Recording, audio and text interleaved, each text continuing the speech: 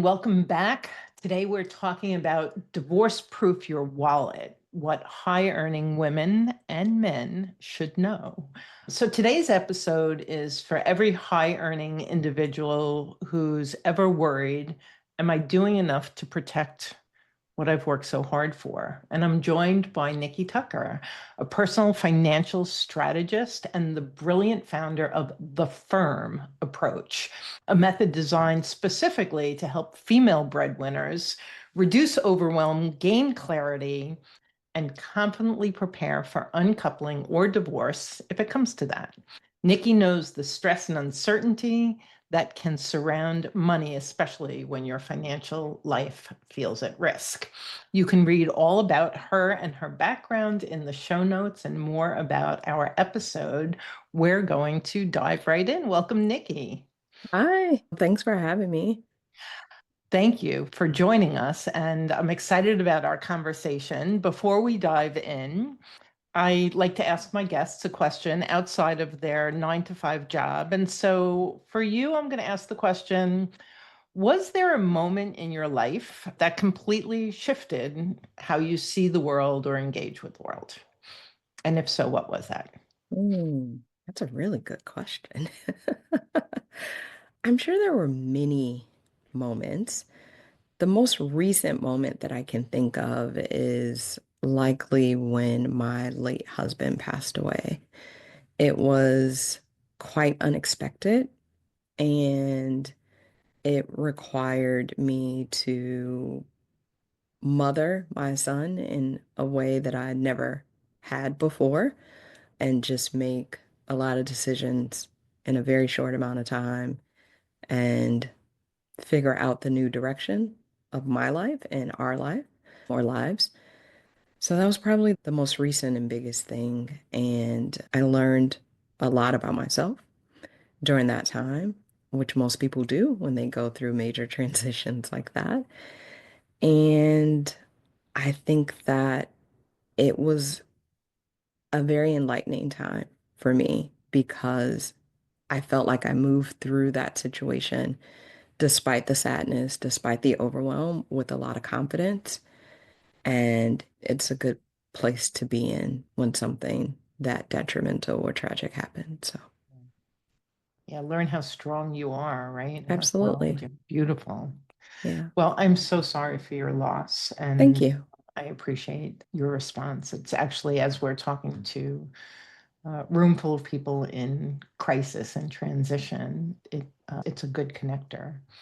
And we're talking about high earning individuals here. And my experience is no matter how mild or high conflict the divorce is, no matter how much money you have or how little, the fear around money, the confusion, the stick my head in the sand sometimes is so great. So let's start there with more of the psychology that you see in the individuals that you support and how you guide them through that.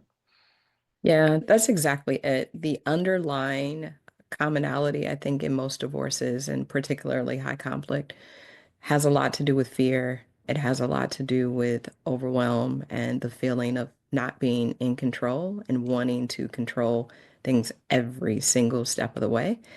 And we know that in divorce, it's not really possible, but you'd like to make it so. And so there's a lot of push and pull and intention because of that desire. And the fear element is normal. It's aligned to what I see as our natural instinct for survival. So when our basic needs, our need to survive are threatened, then we react in ways that may be harmful or helpful, depending on who we are and what our capabilities are to deal with certain situations.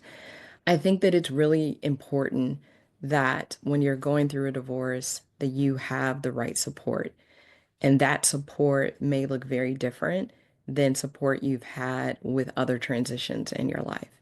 And the reason is because it brings up so many feelings that you're generally not expecting, whether it's feelings of insecurity, it's feelings of lack and despair, just general concern about your ability to put food on the table. Those are lots of things that are coming up for people going through a divorce. And that support, that emotional support team could be a combination of close friends and family, and emphasis on close, because just because it's someone you've known for a long time doesn't mean that they can handle what comes with this process.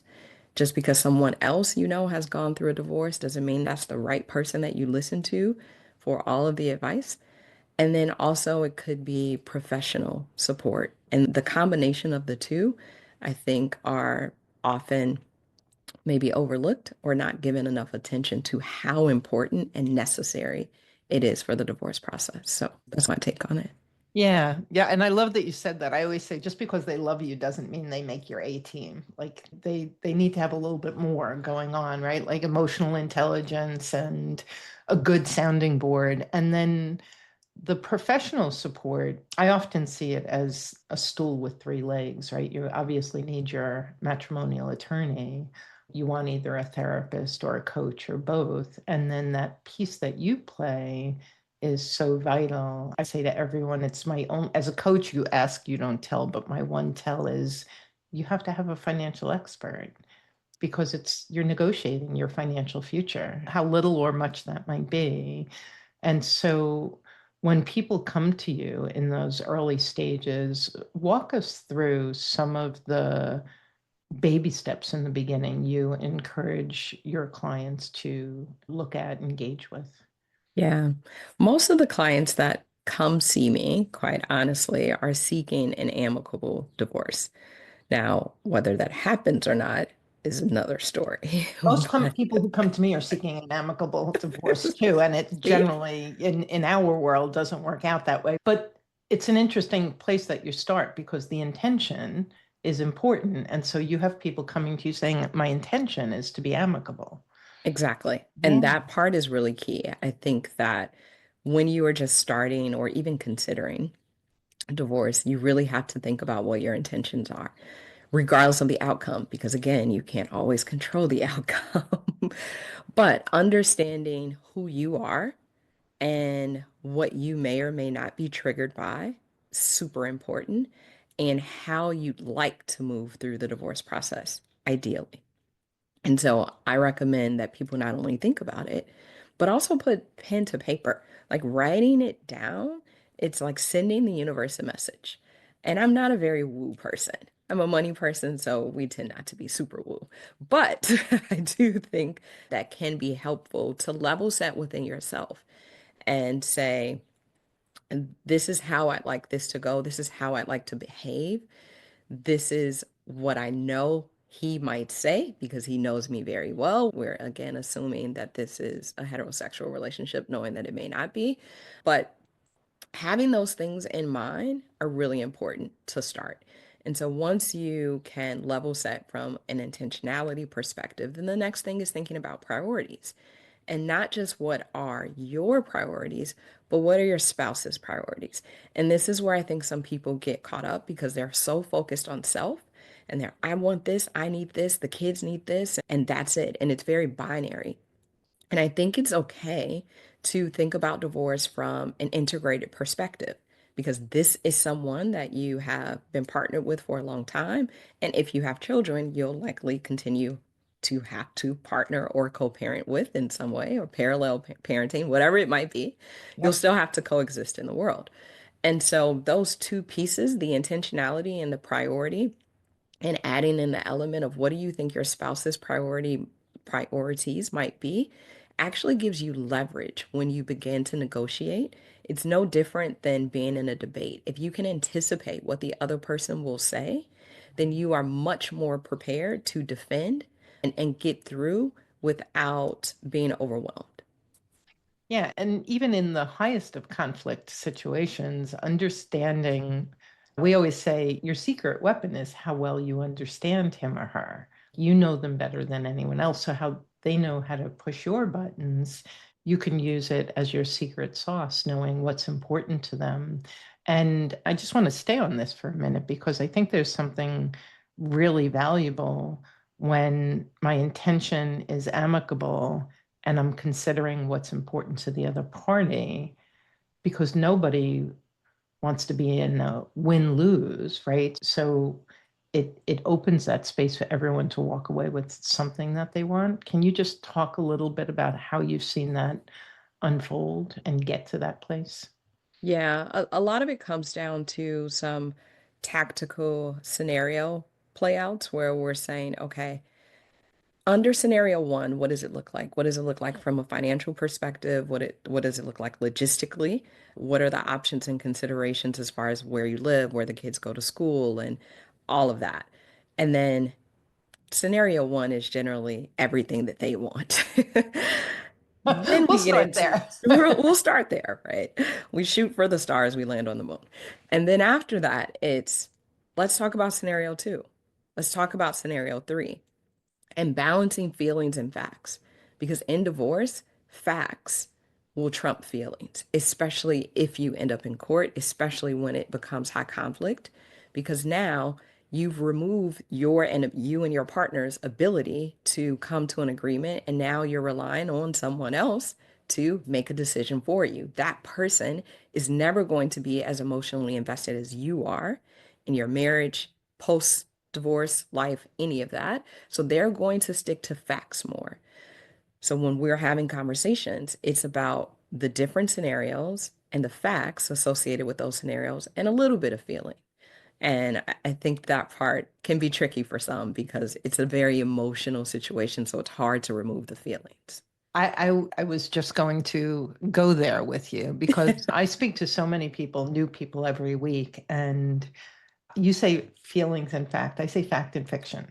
And the fiction is all the stories in their head. And the fiction could be he's asking for everything, and so he's going to get everything. And I'm totally triggered by that. And it's like just because he asked doesn't mean he's getting it. But the fiction, the stories in our head, the narrative, the nightmares that so many clients create, and now they're negotiating, they're completely emotionally dysregulated. And they don't have quick access to their prefrontal cortex, so they don't have quick access to facts at all. But their ruminating story is right there, and it's juicy and it's spicy and it's how do you get your clients to step away from that and really root in the facts? Like once they're in that negotiation, what are some of the approaches you use for that? Yeah. So when we're in the conversation and we're doing a little bit of role playing or preparing for what may come up, when they get into a mediation session or eventually court attorney conversations, whatever it is, then I'm generally asking why. And I'm asking why a lot. So if it needs to be this, they need to go to school here. I need to make sure that I just want to know why. And then they'll give me some surface level answer. And then I'll say, why again? And then maybe they go a little bit deeper. And it's the five why method. It's not like a secret, but usually we can get to the root of this need or this fear or this concern that they have by asking why.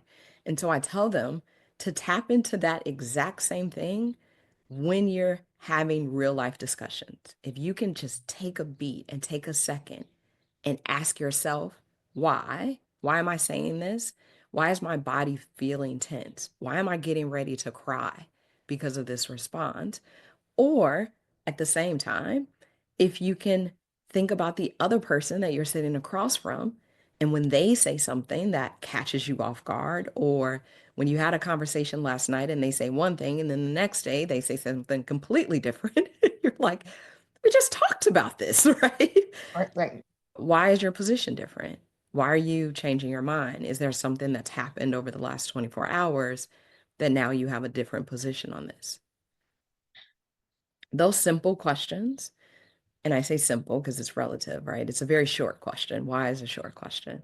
But it's loaded because it does uncover a lot of information. And also thinking about intention versus action.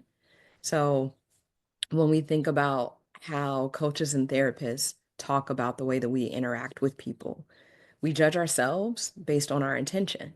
We judge other people based on action. And if you can flip that sometimes and think about, well, what really is the intention of my partner? Are they trying to hurt me? Are they trying to take away everything? Are they trying to leave me homeless? if you know that's not their intention, then there must be something else behind the reason for the ask. And it's likely tied to their own insecurities, to their own needs, to their own fears. So divorce has a lot of like psychological play that comes into the process. And talking to clients about making sure that they keep that in mind. You're not going to get it right 100% of the time. You're not going to go through a divorce and not be upset and not be angry or not want to maybe punch somebody in the face, right? Like, But if you keep recalibrating if you back to keep your recalibrating, intention, yes, yes, that's exactly it. yeah, I love that. So, is the approach you've designed a particular approach, firm approach, is that specifically for clients going through divorce? It is. It's primarily for divorce. It could really be any major transition. So again, I'm a widow, so I can speak about the experience of losing a spouse through death. But it's the firm approach, name of the business, and also an acronym. But the model that we use is IAP. And so that's about intention, it's about awareness, and it's about power. And the last piece is really important because very often we find that in relationships and in marriages, for the right reasons, you tend to give up power. You lose a little bit of autonomy, and there's comfort in relying on someone else to take care of business and to handle the finances and do all the things. And when you're going through a divorce, you realize that strategy or decision doesn't serve you well. Yeah. And so that's why I say it is a little bit about divorce, and it can also not be about divorce because it's very important for humans in general, but women in particular, for me, to make sure that they own their financial power. And that's just because of the statistics that are around women in finance and money and divorce and how they're impacted. So that's the approach. Yeah. So, what's interesting is the women that we work with who are the non-moneyed spouse, they're clearly, they're anxious. They might not have passwords. They might not really know even what the value of their marital assets and what have you. But I often work with high achieving women who have handed that piece off to the stay at home dad or the lesser moneyed spouse because they're a rock star out in the world and they're busy and they're running a company or they're doing whatever they're doing. And I can't tell you how many times the heartbreak of them coming to me and saying, I just assumed we were building all this wealth and it's not there. It's gone. And then whatever's there, I don't even have access. And I'm the one who, can we talk a little bit about that? Because to me, Absolutely. that's just so heartbreaking. It's devastating.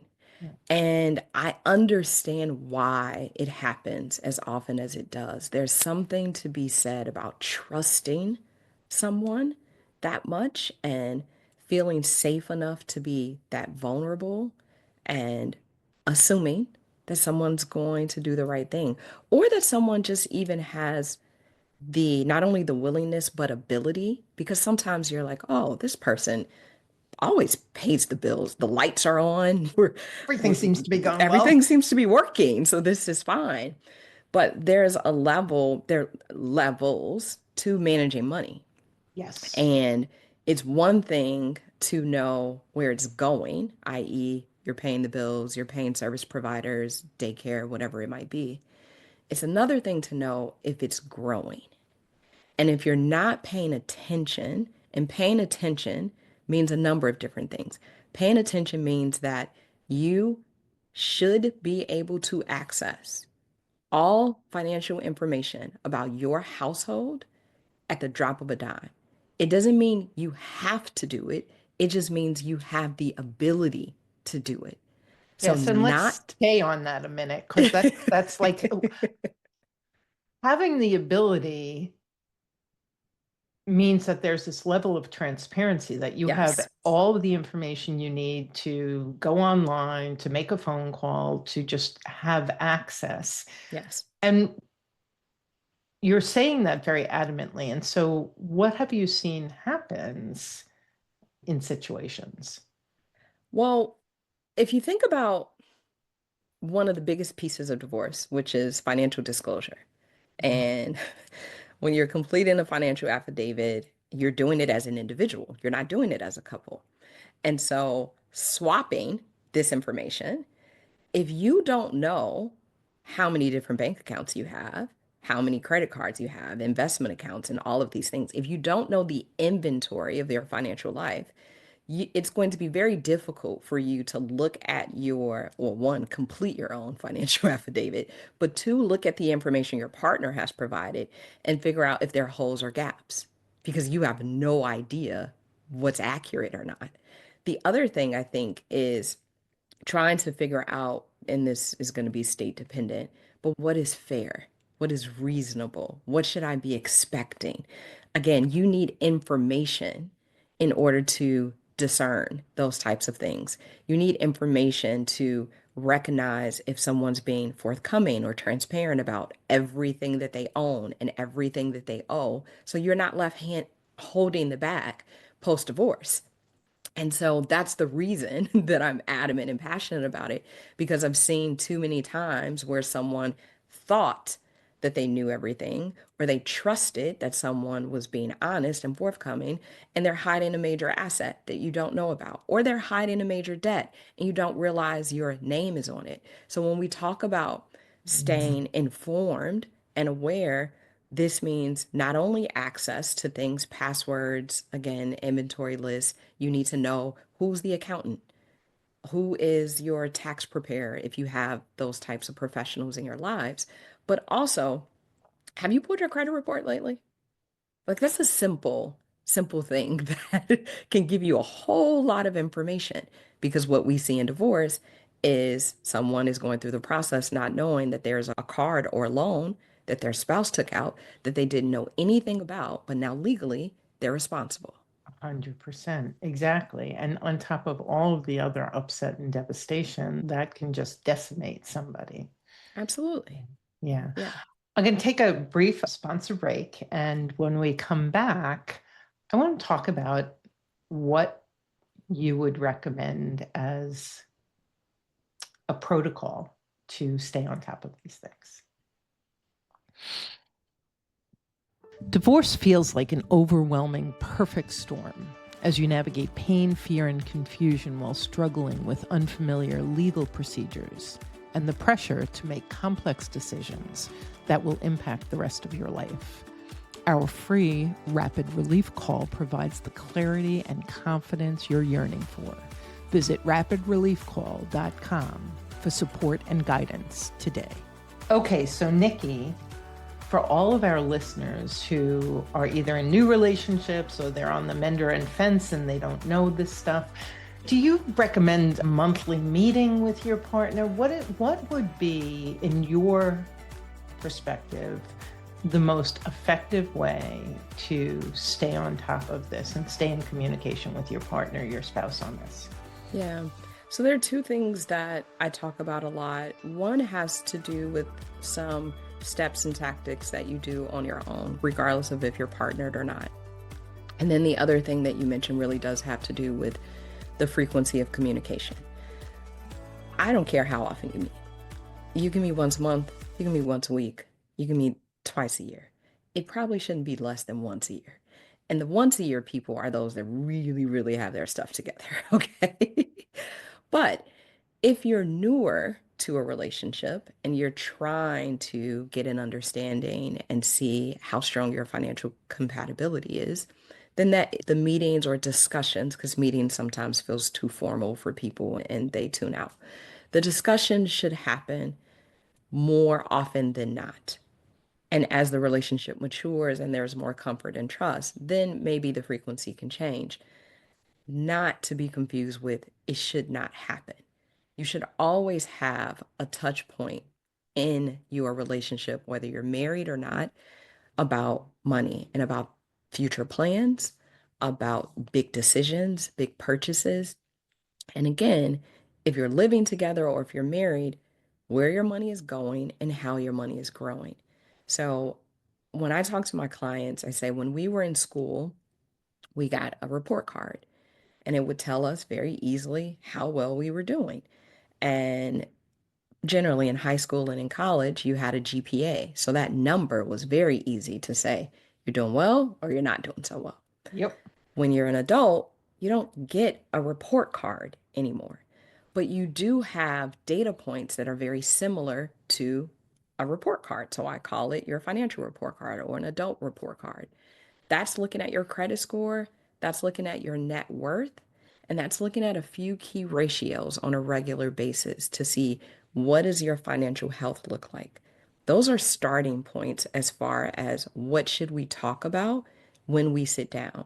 So in addition to what are our plans, what are our goals, what does retirement look like, what's going to be our next best vacation, you can look at real data points to see we're moving in the right direction or we're not.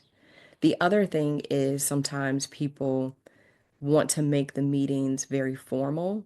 They don't have to be formal.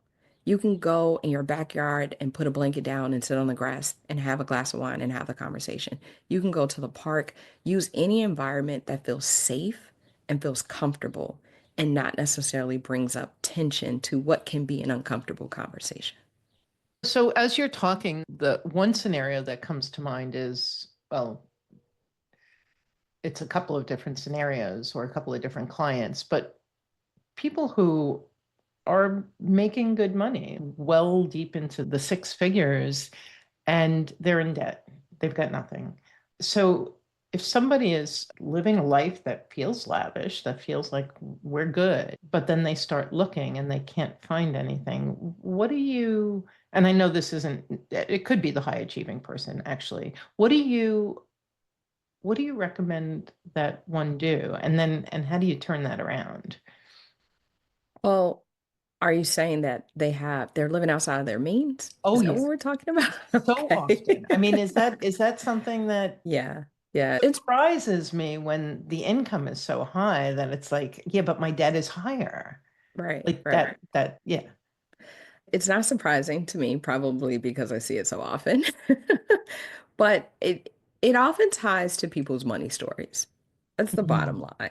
So your income has very little to do with your money story because your money story is based on your childhood experiences, the experiences or things that you saw with your parents or influential people in your family and decisions that they made about money, the beliefs that you have about yourself, your self-esteem, your self-confidence, your value, and then also if you have more of a scarcity versus growth mindset.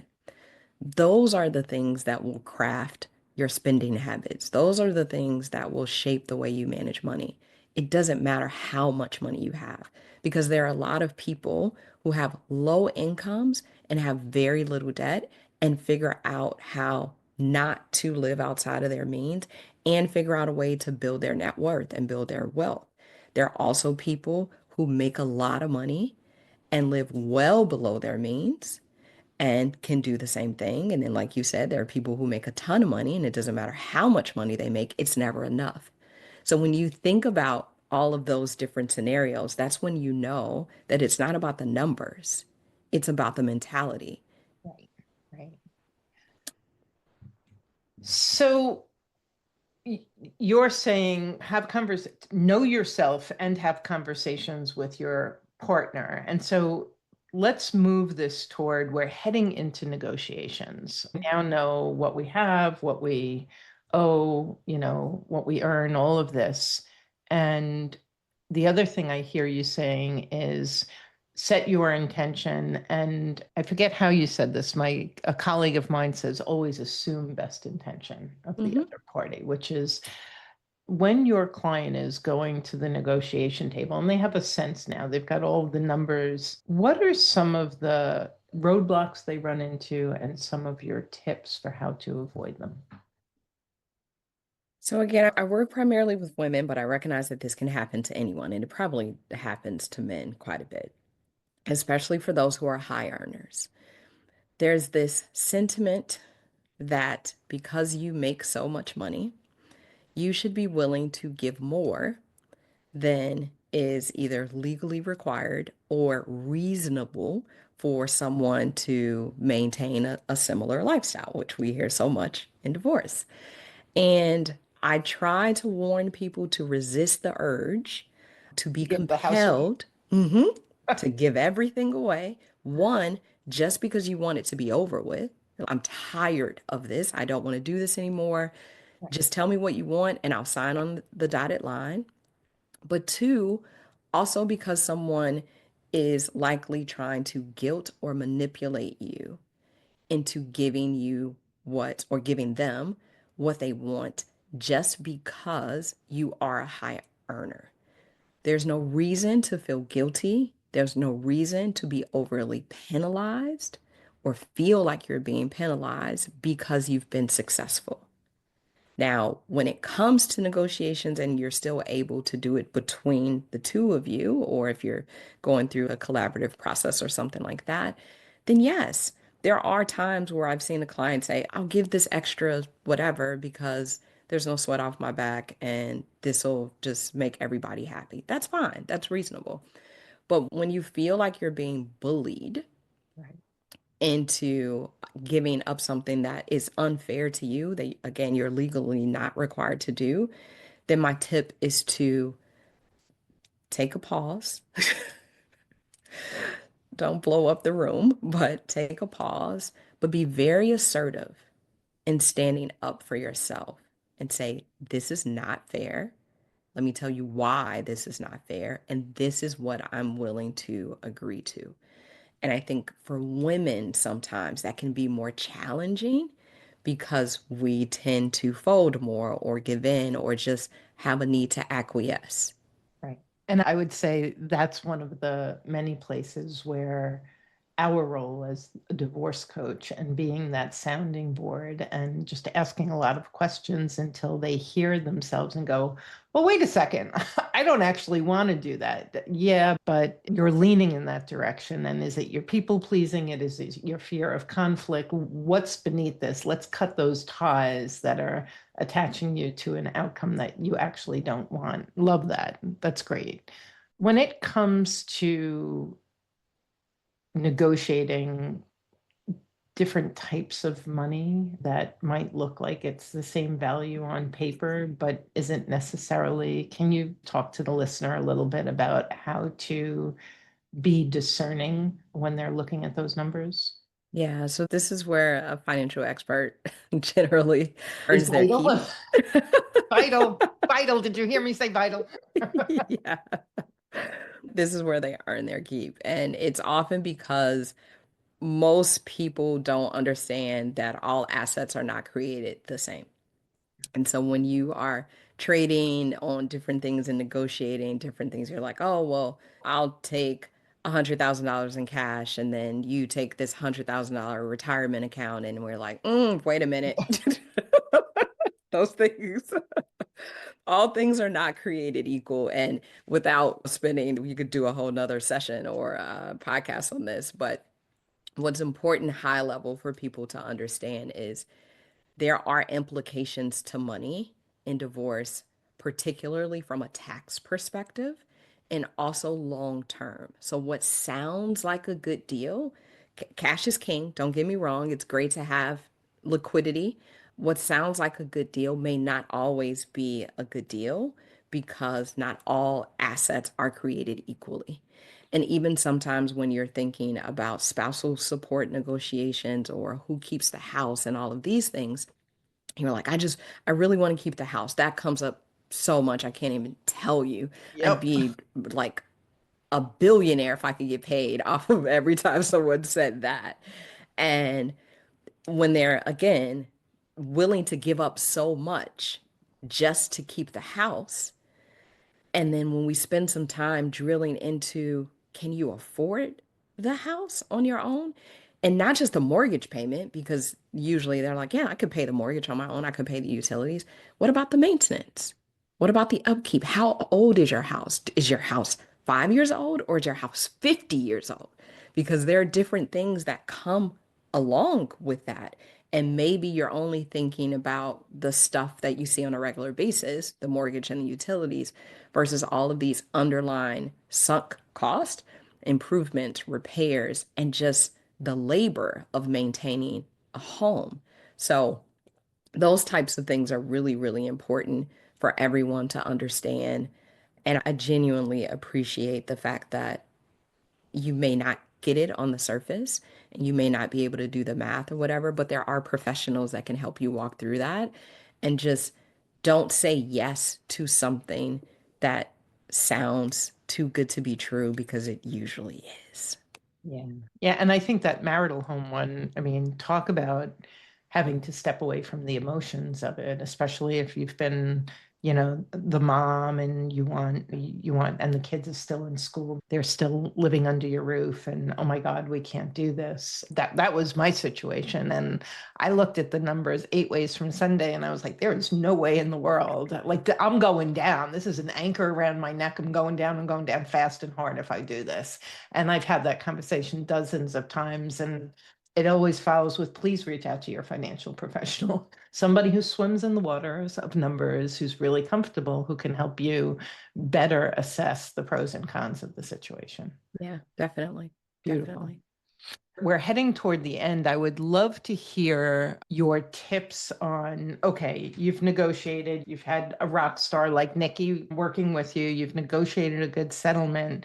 Most people are like, phew, boy, I am so glad that's over with. Divorce done. And then there's business that's left on the table. Can we talk about what should be top of mind for clients after the settlement is complete? And now they have whatever they have, and they really are ready to put the whole darn thing to bed and just move on. Hmm. But there's dangers there. Can we talk a little bit about what some of those are? Yeah, there's the emotional side of the dangers and some things that you'll end up reliving even if you do want to move on. And then there is the taking care of business side dangers. And you need to make sure that everything that's in your divorce decree, your MSA, everything that's in there is actually being done. So if you have negotiated movement of retirement accounts, there needs to be a quadro and all of that, that the paperwork is actually completed and that the right people are involved in that process. If there are Well, changes can you that, just stay on that one for a second? Because I've yeah. just heard so many nightmares where tens of thousands, hundreds of thousands of dollars don't end up in the right account. So Hmm. can you just take an extra second or two on the Quadro thing and maybe just put an exclamation point on it? Yeah, so a quadro, for people that are like, what the heck is she talking about? A qualified domestic relations order. And so certain retirement accounts, when you're moving funds and you're making sure, again, like you said, that the funds land in the account that they're supposed to or go to the person that they're supposed to, it can't just happen because you said so. So if you have retirement accounts that have plan administrations or plan administrators and are governed by ERISA, which is regulatory laws that state what happens to retirement accounts, then there are certain boxes that need to be checked, documents that need to be completed to ensure that you actually get the funds. So just because it says in your divorce paperwork that these funds are coming to you, that is not the end of the road. There's still additional work that has to be done for certain plans in order for everything to be shifted and finalized appropriately. So when you talk about missing tens of thousands of dollars, that's generally why. It's because either you didn't go through the appropriate steps to make sure that you could even move these funds, because some retirement plans have restrictions on who can actually benefit and receive them. And then if even if you did, you didn't complete the steps for the paperwork. If you don't complete the paperwork, you can't get the money. Bottom line, like, it's very black and white. And the average person is not going to be an expert, and so they do have professionals. Your attorneys can assist with making sure paperwork is completed, but you have dedicated professionals who are quadro specialists that can help you maneuver and navigate all of that, because it can be very complex, especially when you think about people that work for the government, when you think about people who are in the military, and there are a lot of nuances to that. So it's not black and white.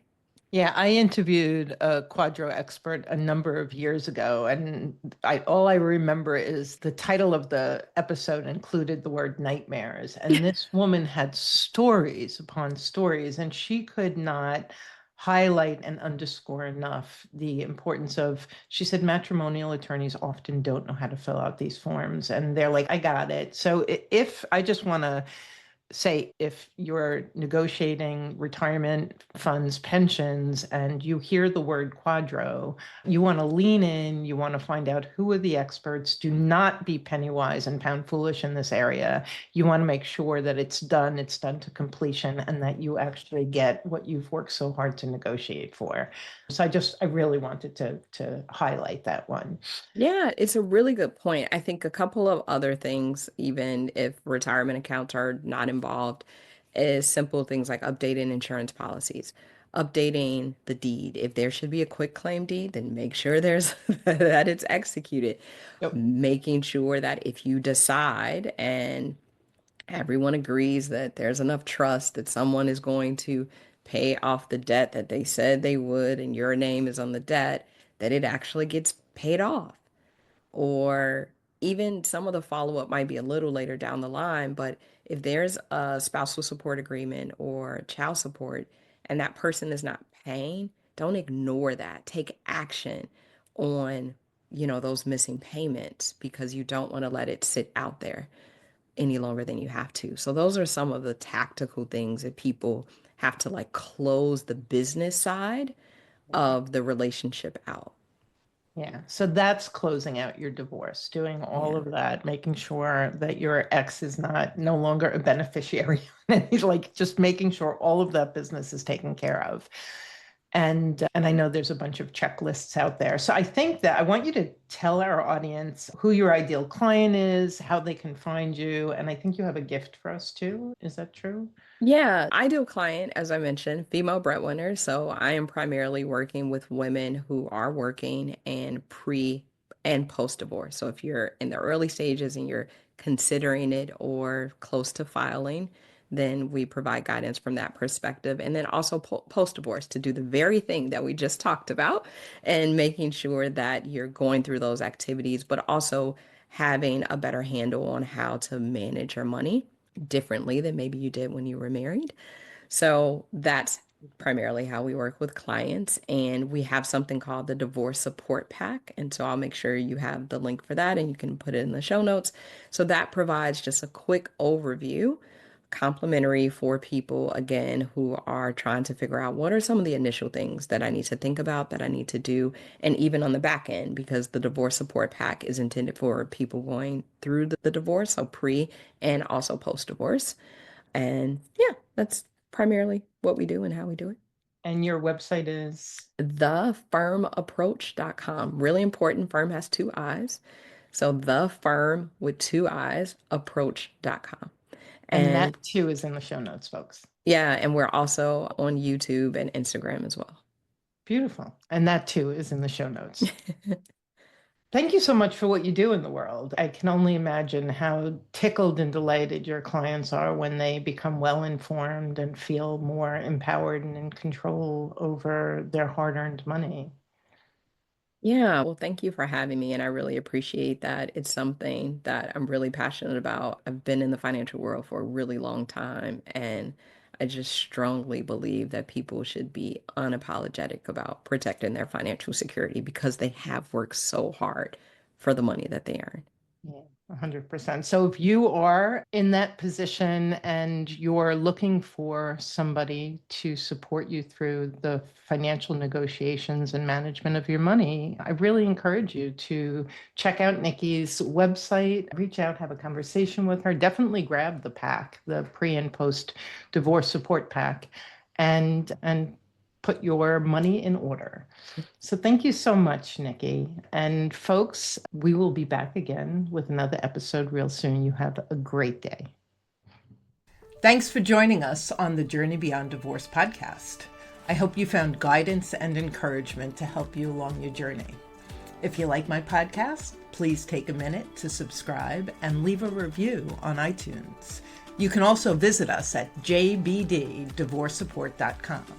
where our team of coaches support both men and women through our one-on-one coaching, group programs, online courses, and free resources. Stay tuned for our next episode, and I'll talk to you soon.